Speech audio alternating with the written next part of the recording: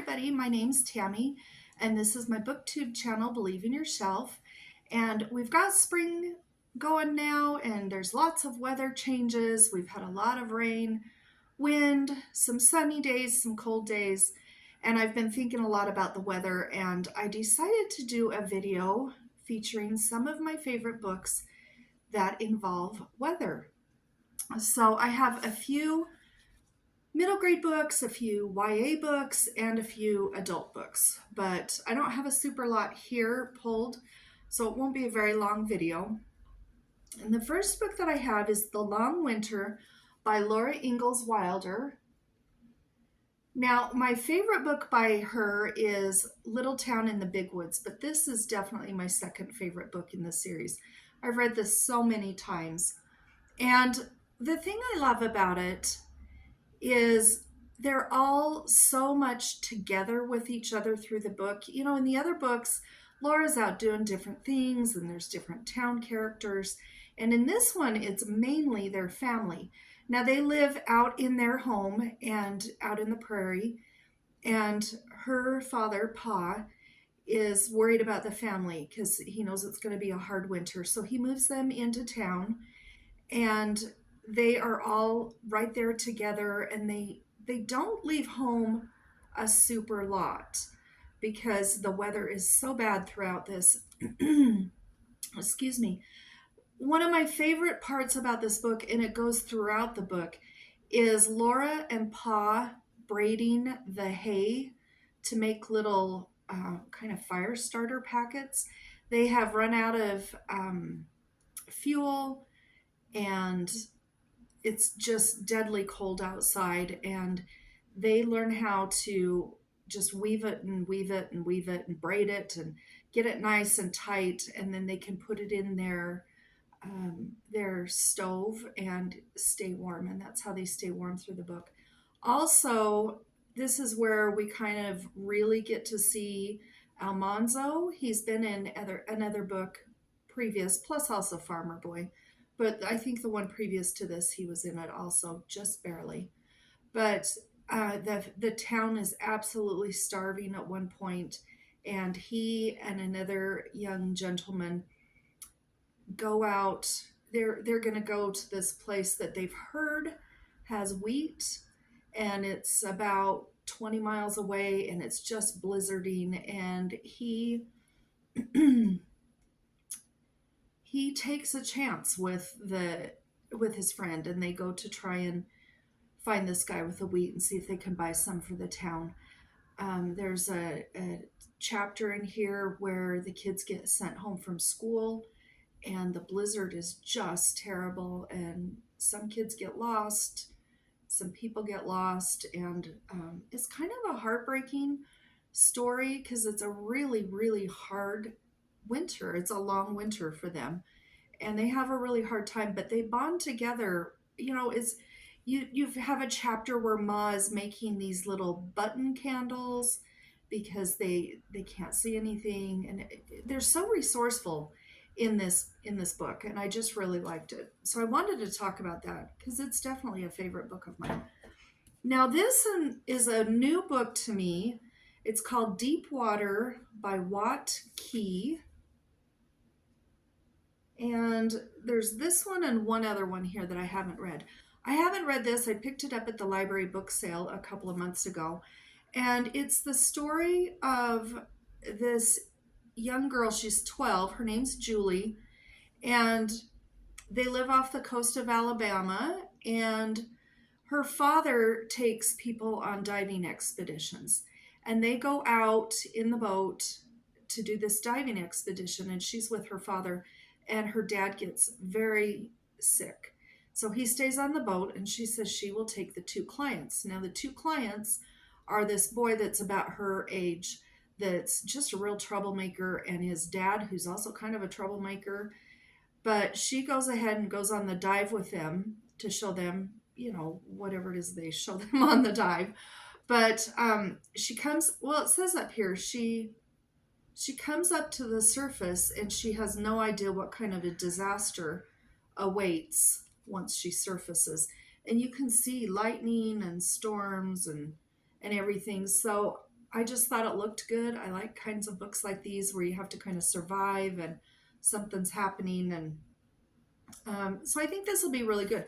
This is not very long. It's not quite 300 pages, but there's 50 chapters. So, the chapters are really short, and I like that. There's lots of breaks, and it's pretty big print. So, I'm going to read that. I would like to read this in the summertime. Then, I have another book that I saw somebody talking about on YouTube, but I don't know who it was. I wish I knew who it was, but it's been a while. But this is called Winterbound by Margery Bianco. And this is a story about 4 kids. They're from the city, and they've gone to live in their new home that's out in the an unheated. Well, they find themselves in an unheated New England farmhouse, and this is their new place that they live. But there's no heat for some reason. I'm not sure why. This must happen after the parents leave. Their father goes on a business trip. Their mother goes away to help a relative, and it says that they are on their own in an unheated home, and it's the middle of winter, and they're just children, and they have to figure out how to rely on each other and survive. And I don't know if you recognize this author, Margery Bianco. She's the one that wrote The Velveteen Rabbit, and I love The Velveteen Rabbit so much. So I'm sure this is going to be a great book. This is what the inside looks like. It's kind of neat. I like that. But I want to read to you one paragraph off the back here. It says, Margery Bianco's Depression-era novel offers young readers an inspiring tale of the value of self-reliance as well as the importance of family ties. The 1937 Newbery Medal-winning honor book is enhanced by charming black and white illustrations. So I'm just really intrigued. I didn't know of any other books that she had written other than The Velveteen Rabbit. So I'm looking forward to this. I'll probably say this till December or January, or I might just read it in the middle of July or August when it's super hot and I want to read a book about people being cold.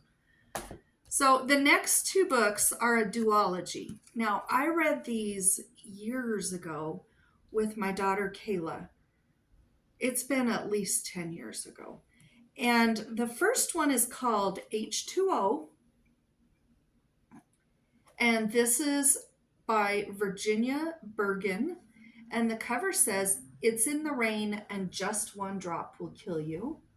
I'll tell you a little bit about it in a second, but this is the second one, The Storm, which is the sequel, and it says, "Some people walk in the rain, some people die."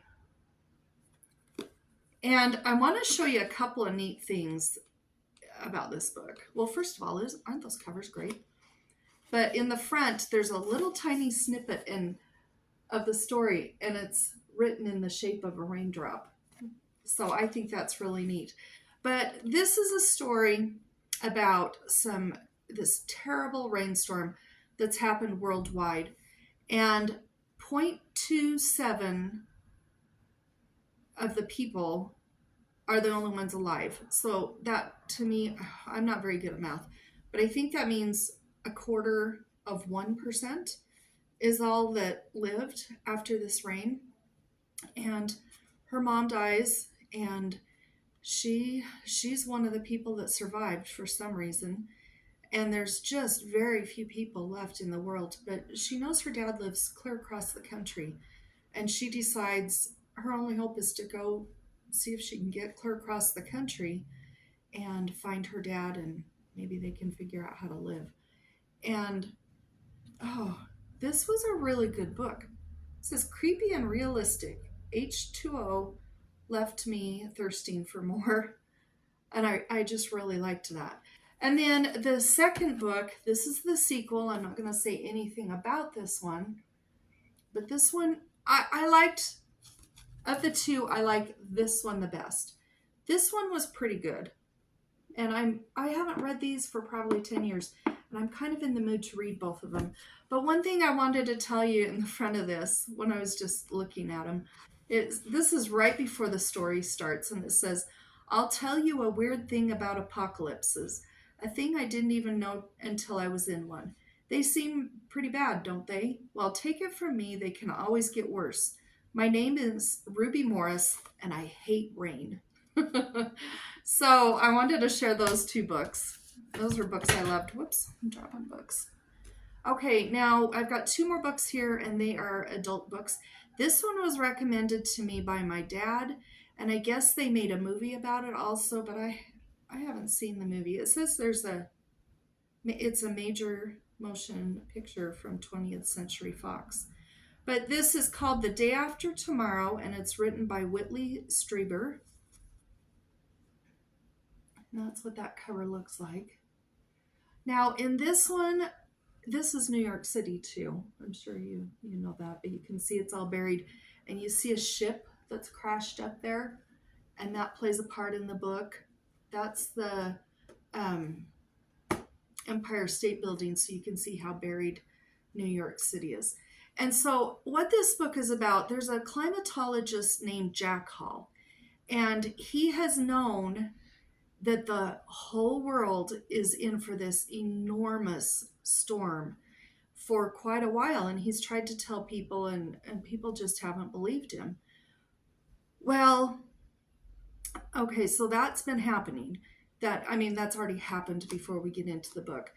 Now, he has a son who's going to, what is he going to? A scholastic decathlon in New York City. And he's going with some members of his school, and there's other members of other schools all over the place. And they're meeting there in New York City. And he leaves. His dad picks him up and takes him to the airport.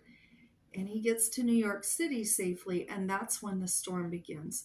And this storm hits every single town in the whole United States. And all over the world. Like the big towns everywhere are just hit by these storms, and so many people die.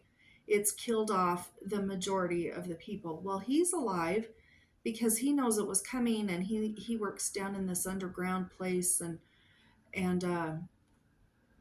anyway, it's almost kind of too late because they can't do anything about it now. But there's him and a couple other people that are still alive where he works, and he wants to go see if he can get to his son because he loves his son. And they make so the book is about two things. There's the dad, Jack, and he's trying to get to New York City and trying to battle all this horrible storm and the temperatures and everything.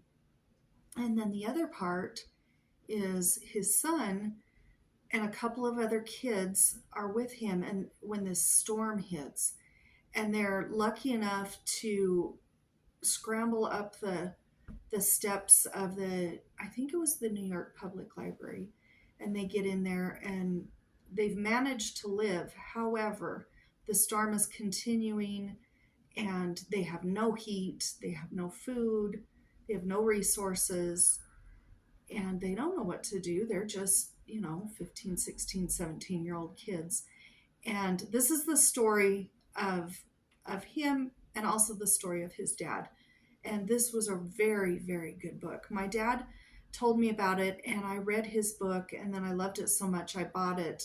I got it somewhere used, but it's in really, really good shape. It's kind of hard to find, but this was an excellent book. And then the last book I have is a nonfiction, and it's called Dead Mountain, The Untold True Story of the Dyatlov. I'm not sure if I'm pronouncing that right. It's Russian. The Dyatlov Pass Incident by Donnie, Eicher.